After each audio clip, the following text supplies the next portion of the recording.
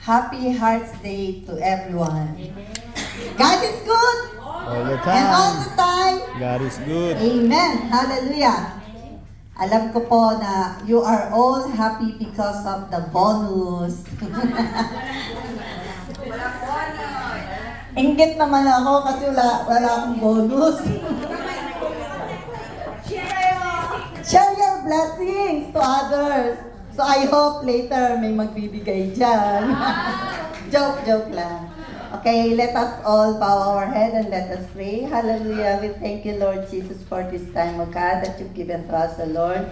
Lord, we are here, humbly stand before you, O God. Lord, touch our heart and our mind, O God, and use my mouth, O God, to share your word to my brothers and sisters, O God, and cover me by your blood, O Lord Jesus, that I can share your word, that we can use it in our daily life, O God. We ask this all to you in the mighty name of Jesus, we pray. Amen. Hallelujah!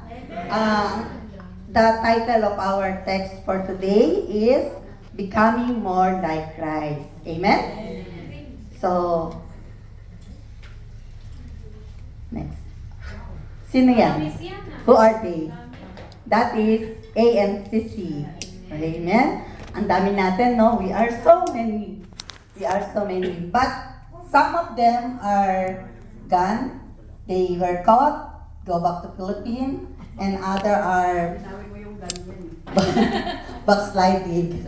But anyway, in today's generation, many people measure church growth by attendance, buildings, and offerings, and nowadays in social media, who will be more followers, right? Have you noticed in YouTube, there's a lot of churches that uploaded their worship service in YouTube or in Facebook, and they are looking for the followers. Oh, yung mga TikTokers dyan, yung mga mahilig dyan, di ba, na mag-upload. They are waiting. Me too, I'm waiting for the followers actually. While numbers can show increase, the question is, have you seen transformation among the members? We are so many. Pakibalik mo, Jake, sa picture. We are so many, right? The question is, have you seen transformation among the members? Amen! Hallelujah! God is good! Amen! With so many members, has that much change? Not only our church, in other church also. A sanctuary can be crowded, right? We can be crowded, and some other churches also, they must be crowded, many members attending. But heart can still be unchanged, right? Any churches like that. A church can be full, but spiritually empty. But our church, I hope, is not. We are spiritually full of spirit, right? Amen. True church growth is not just about how many people sit in those chairs. It is about how many lives are surrendering to Christ. Amen? You know, the early church in the book of Acts, sino yung mga alam na yung book of Acts? Yung mga ABI, ATI. I know that you are reading the book of Acts. The book of Acts, the church in book of Acts, they did not just grow in number. They grew in doctrine, fellowship, prayer, and most of all, holiness. Their lives reflected Jesus Christ. The goal of the church is not popularity. The goal of the church is Christ-likeness. So I hope our church also must be like that. Their weekly service, it wasn't just a weekly service. It was their lifestyle. Have you read the book of Acts? The worship service to them is not just a worship service. It's their lifestyle. They really love to worship God. They also went through trials.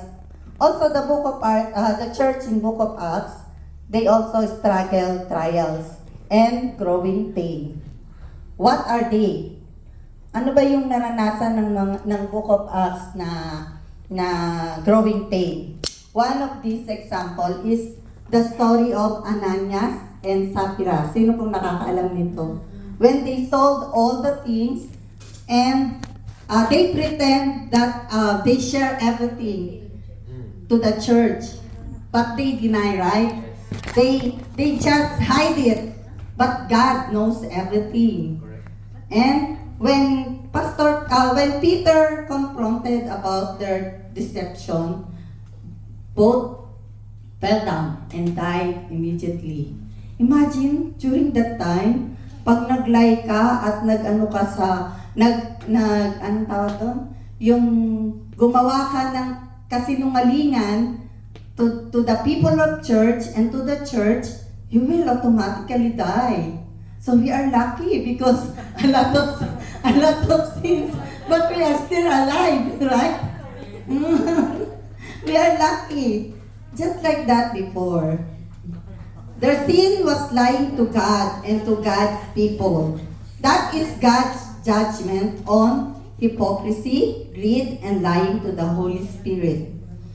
The Lord our God demands truthfulness and holiness, particularly with the church community. The harsh consequence of their death served as a shock to the community. So lahat ng mga members ng church noong panahon na yon, that time, he was really shocked because of what happened to Ananias and Sapphira. They realized that community was built on absolute honesty, not performance. Because they are pretending that they share everything. So the people, they will honor them, right? They are really good. They share everything. But no, God knows. So God let them die because they lied to the Holy Spirit. So church growth is not only about numbers, but people becoming more like Christ. Amen?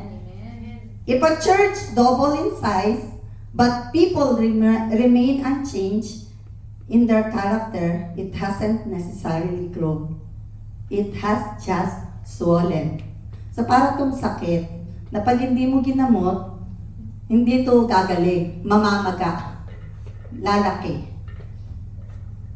There is two parts of church growth. Let's see, JP, next. Two parts of church growth. Number one, horizontal growth. Horizontal, yun yung pahalang, di ba? Horizontal growth, pakibasa ako na. Horizontal growth is numerical, reaching new people, increasing attendance, expanding the footprint of the church. In Isaiah 54 verse 2, pakibasa po natin lahat. Enlarge the place of your tent, stretch your tent curtains wide, do not hold back, lengthen your court, strengthen your stakes. Amen. So, it is also refers to members' relationship. Yun po yung associate. Pakibalik mo, James. Yung association. It is also refers to members' relationship, responsibilities, and love directed toward other people. Horizontal growth is also about the depth of your connection with the people around you. How close you are with your co-members or your friends. Right? So it says that we have to make a good relationship with each other. Love one another. Sabi nga ni Pastora Hesed, di ba, noong last Sunday, love one another. Even how much you hate that person, you must love. Because that is the commandments of God. Right? Because God first loved us. In Hebrews 10, verse 24, says, basahin po natin lahat.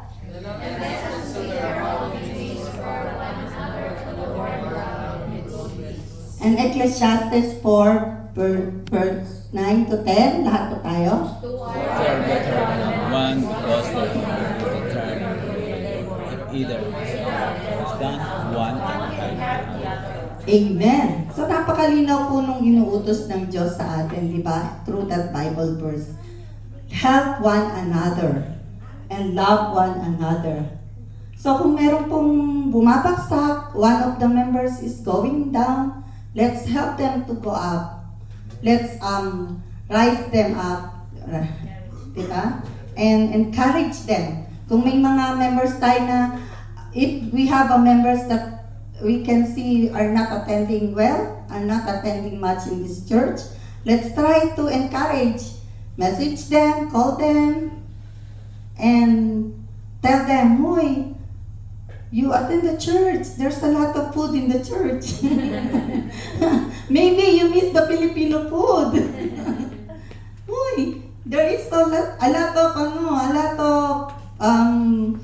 good things in the church. You must have to attend the church and listen the word of God." So let's try to encourage one another. And then, number 2, vertical growth. Ito yung patayo, di ba? Let's see. Vertical growth. This is what you are called becoming more like Christ. Bakit? This is focusing on character, spiritual maturity, and reaching upward. A process of moving from spiritual infant to a mature adult. So we are all spiritual matured. We are not infant anymore. Trying. Bakit wala nagsasalita? Are we not infant anymore? Parang nahiya kayo. Natatakot kayong maging Sapphira at Ananias, ano? Oo naman. Amen. Amen! Hallelujah! So let's read in 1 Corinthians 13:11. When I was a child,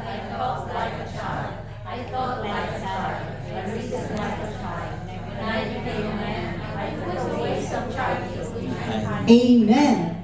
So yan na po tayo ngayon, di ba? Hindi na tayo bata na parang magsasalita tayo as a kid, right? So when we encourage each other, we know how to talk to them, how to encourage them, how to share the word of God to them. And 2 Peter chapter 3 verse 18 says, But you, my friends, whom I love, are forewarned, and should therefore be very careful, not to be carried away by the errors of wicked men, and so lose your proper foothold. On the contrary, you should grow in grace and in your knowledge of our Lord and Savior Jesus Christ. To Him be glory now and until the dawning of the day of eternity. Amen! So yun na po, sabi niya dito, di ba? Carried away by the errors of wicked men. So pag meron po tayong brothers and sisters na nagkamali, let's not judge them. If there's someone do something wrong, parang ang galing ko magsalita, no? Pero I'm also one of the judgmental. I admit, sometimes we are just human, right? We cannot deny it. That is the human character. It's easy for us to judge people, but we really don't know what they are experiencing or what they are ano yung pinagdadaanan nila. So hindi natin alam, di ba? So we must not judge. It's hard because we are human, but we have to try. Let us just think that Jesus Christ also accepts us even though we are sinners. Amen?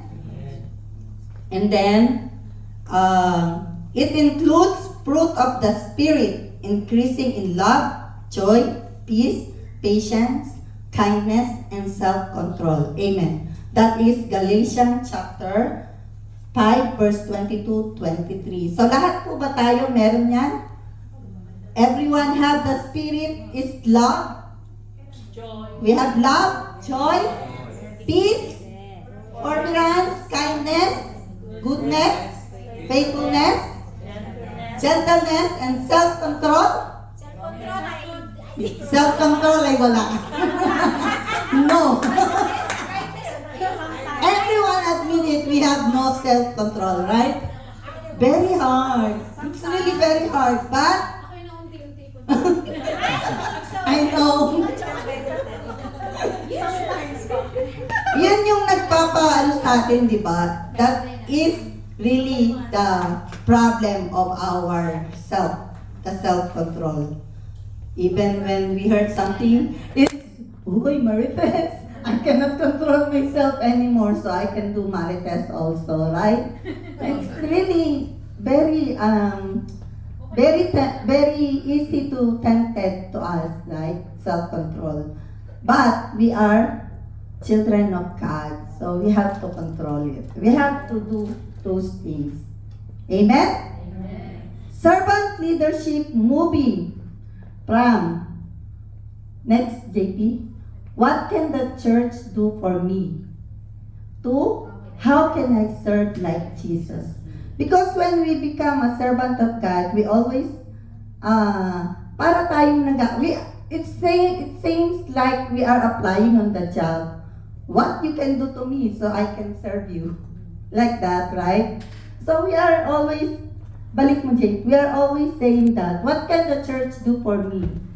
But instead, we have to say, how can I serve like Jesus Christ? Kasi when we help other people, we always think about Something that you can yes, something that you can get, something that you will benefit, right? So let's try to change and say that, how can I serve like Jesus did? So we try to do it. Amen?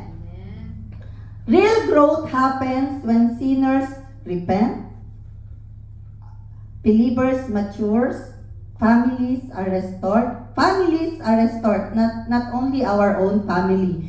Here in ANCC, we are family, right? If we know somebody is fighting, if we know someone is having not good relationship, let us try to restore their relationship. Let us try to encourage them to reconcile instead of, that's good. Oh, you're right. Instead of being like that, anong tawag doon? Consentidor, ano yun? Consentidor and sulsolera. Kasunod ni Marites, si Marisol. If we have Marites, there is Marisol. Marisol is you are provoking that person to get more angry. So let's try not to do it. Sabi niya nga, real growth happens when sinners repent, believers mature, families are restored. So, we are ANCC family. Let's love each other and try to restore our relationship as family. Pride is replaced with humility. Everyone have that? Sino yun? Ang ganda, amen. Si Pastora lang, Si Pastora very humble. Siya lang yung sumagot. Sometimes we are blinded in our own pride. We need to remove it. Ego and pride, we need to replace it. Amen. Diba? Tama yon. We have to replace it with humility. Diba? Sometimes yung pride ang nagpapalo talaga sa atin eh. Diba? Hindi naman nagmamahal. Bakit ba ang taas-taas? Diba? Members serve faithfully, not for recognition, but for God's glory. Amen. Serve faithfully. Pag tinulungan mo ba, if you help someone, it's really faithfully. You are not thinking about the recognition. Because here in the church, we are helping each other, right? Not just thinking about the recognition. Si Ate Loida, very kind yan.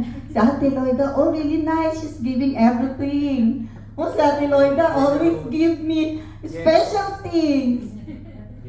Diba? So, sabi niya, members serve faithfully, not for recognition, but for God's glory. Amen. So, we have number 1 is horizontal growth, and number 2 is vertical growth. When we put together horizontal and vertical growth, we get Ingay yung dalawa, ha? Explain namin ang horizontal sa yung vertical. You know, when you put together the horizontal and vertical growth, we get the biblical image of the cross. Amen! Hallelujah! Palakpakan po natin ang Panginoon. Napakabuti niya. A perfect intersection where your relationship with the divine, vertical is the divine, meets your relationship with the world is the horizontal. Let us shift quantity to quality. Amen? How many members we have? That is quantity. But all of them are really qualified. All of them are really quality. So let's shift the quantity to quality. Not just adding members, not just spreading members, but spreading divine, spreading love and spiritual maturity. Amen. Let's help each other to grow spiritually. My conclusion is Ephesians 4:13. Basahin po natin lahat. Until we all reach unity in the faith and in the knowledge of the Son of God and become mature, attaining to the whole measure of the fullness of Christ. Amen. Spiritual maturity is the true measurement of growth. A growing church is not simply bigger, it's deeper. Not just louder, but holier. Not just expanding, but transforming.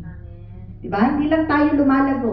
Hindi lang tayo dumadami. Lumalago tayo sa spiritual maturity. Buti na lang, ito sa Pinoy. Binubulungan ako. Nakakalimutan ako yung sasabihin ko eh. Binubulungan niya ako. Because at the end of the day, God will not ask how big the crowd was. He will look at how much we became like His son or children. Amen! Hallelujah! Nagustuhan niyo po ba yung ating message? But it's really nowadays we need to spirituality maturity. Hindi ako lagi nakatingin kasi ginagayad niya ako. So yun po ang ating word of God for today. I hope that everyone must put it in mind and in heart so that we can love each other and help each other to grow spiritually. Amen? Hallelujah! God is good! And all the time? That is good. Amen. Let us all stand and let us pray together.